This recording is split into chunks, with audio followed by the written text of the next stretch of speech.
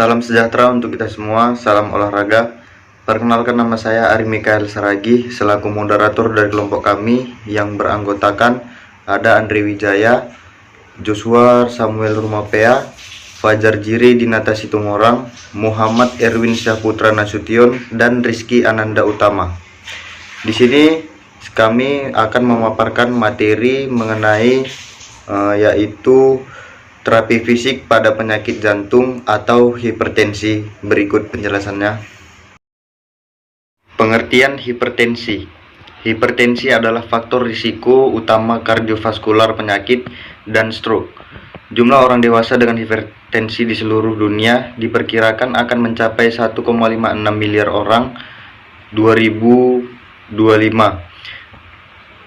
Prevalensi hipertensi telah meningkat selama beberapa dekade terakhir dan telah menjadi masalah kesehatan utama karena kesadaran pengobatan dan tingkat kontrol hipertensi yang masih sangat rendah. Pengobatan dasar untuk hipertensi adalah non-farmakologis terapi dan termasuk penurunan berat badan, asupan natrium terbatas, aktivitas fisik, dan penghentian merokok dan konsumsi alkohol. Macam-macam terapi fisik terhadap penderita jantung. Jenis-jenis terapi komplementer yaitu terdapat 6. Yang pertama, terapi relaksasi genggam jari. Yang kedua, terapi akupuntur. Yang ketiga, terapi aromaterapi. Yang keempat, terapi meditasi dan yoga. Yang kelima, terapi akupresur. Dan yang keenam, terapi bekam atau cupping terapi. Baik, saya akan menjelaskan yang pertama, yaitu terapi relaksasi genggam jari. Terapi relaksasi genggam jari yang dikombinasikan dengan terapi napas dalam dapat mengurangi ketegangan fisik dan emosi karena genggaman jari pada tangan dapat menghangatkan titik-titik keluar masuknya energi pada meridian yang terletak pada jari tangan. Apabila disertai dengan menarik nafas dalam, dapat mengurangi kerja saraf simpatis sehingga menyebabkan tekanan darah menurun. Titik-titik meridian pada tangan akan memberikan rangsangan spontan. Rangsangan berupa gelombang listrik menuju otak. Gelombang tersebut diterima otak dan diproses dengan cepat menuju saraf pada organ yang mengalami gangguan sehingga jalur energi menjadi lancar. Lancarnya jalur energi akan membuat otot-otot dan tubuh menjadi rileks dan tenang. Keadaan ini akan menyebabkan produksi epinefrin dan norepinefrin menurun. Penurunan produksi hormon tersebut dapat memberi efek kerja ada jantung dalam mekanisme kerja jantung pada saat melakukan pompaan darah akan mengalami penurunan yang sehingga tekanan darah akan ikut mengalami penurunan. Selanjutnya ada terapi akupuntur.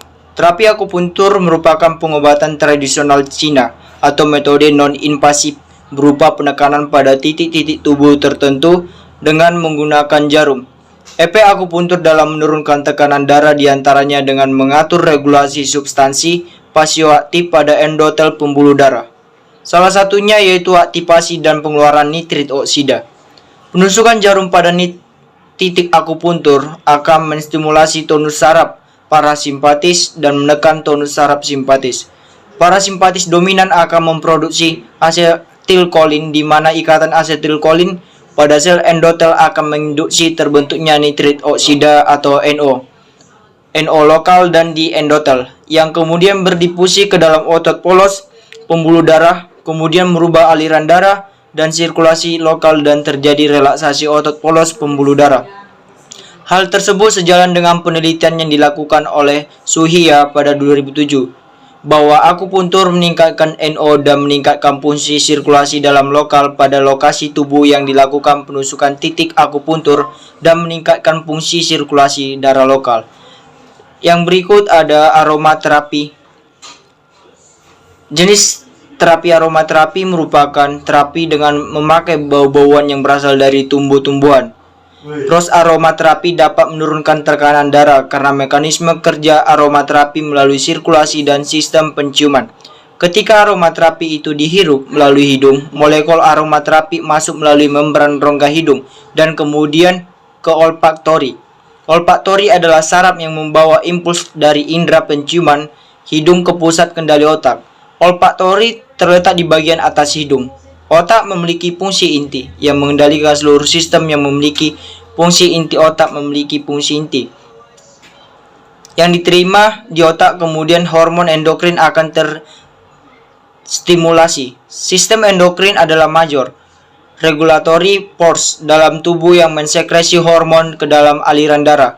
Hormon ini bertindak sebagai mediator kimia untuk mengatur banyak fungsi tubuh, termasuk suasana hati, metabolisme, serta pertumbuhan dan perkembangan. Baik, di sini saya akan melanjutkan pembahasan dari Joshua Rumapea. Selanjutnya ada terapi meditasi dan yoga.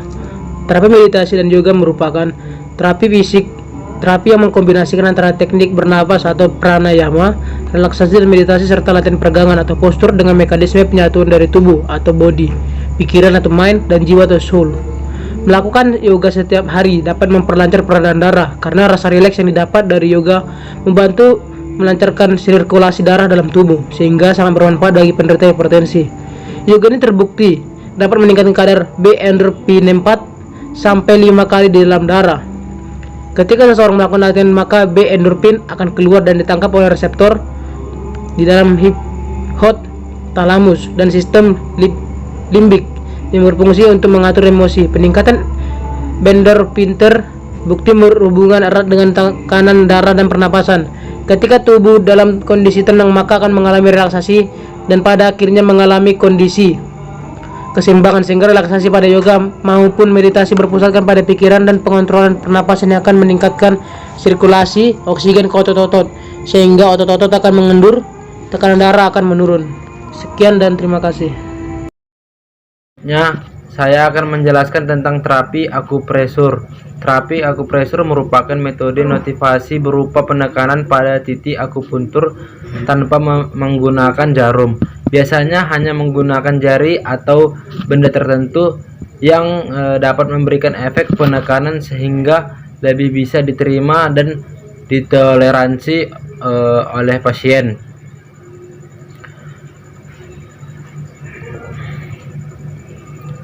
Pijat.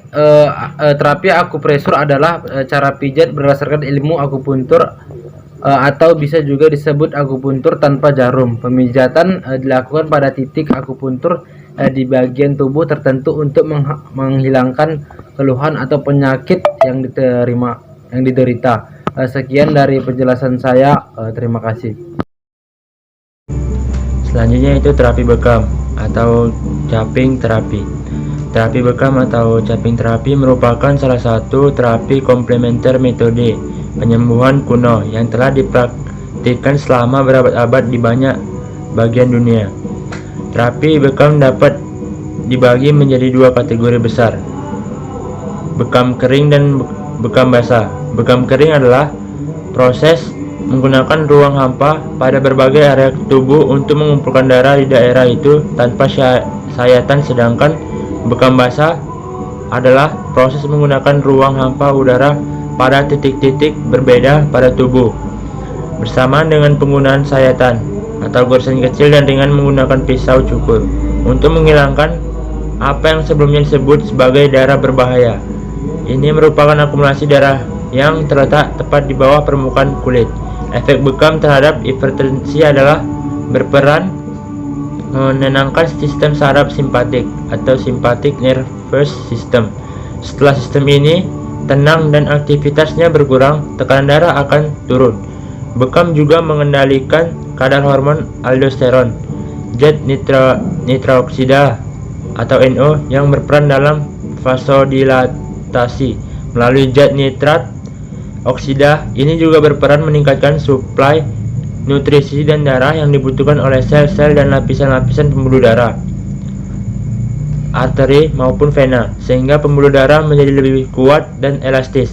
Serta bekam berperan menstimulasi reseptor-reseptor atau baroseptor sehingga pembuluh darah bisa merespons stimulus dan meningkatkan kepekaannya terhadap faktor-faktor penyebab hipertensi tersebut. Kesimpulan, 6 jenis terapi komplementer seperti aromaterapi, meditasi, dan yoga, akupresuri, bekam, dan akupuntur pada Taisong acupoint efektif dalam menurunkan tekanan darah pada penderita hipertensi. Literatur review ini menunjukkan bahwa terapi komplementer memiliki peranan penting dalam pengobatan tradisional sebagai terapi non-farmakologi. Terapi komplementer memiliki efek samping yang aman dibandingkan dengan efek samping dari reaksi obat kimia.